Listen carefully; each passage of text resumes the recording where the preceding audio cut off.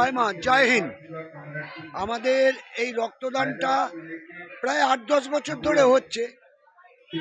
তো আমাদের blood bank এসছে।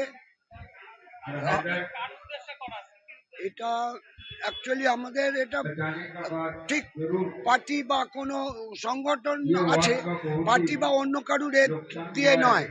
আমাদের এটা সম্পূর্ণ হায়দার আলী ভবন, হায়দারের নামে একটা উৎসর্গ বলুন বা ওর নামেই করা হচ্ছে। তখন হায়দার আমাদের এই এলাকার একটা খুব মস্ত বড় সাংগঠনিক ক্ষমতাবান মানুষ ছিলেন।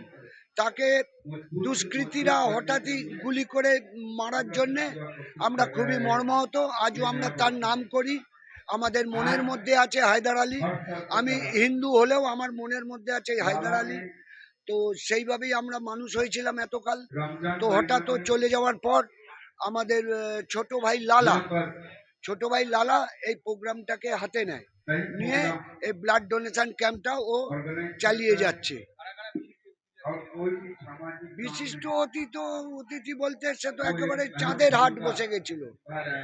নির্মল ঘোষ আমাদের সবার প্রিয় বিধায়ক, পানিহাটির বিধায়ক নির্মল ঘোষ মহাশয় এসছিলেন।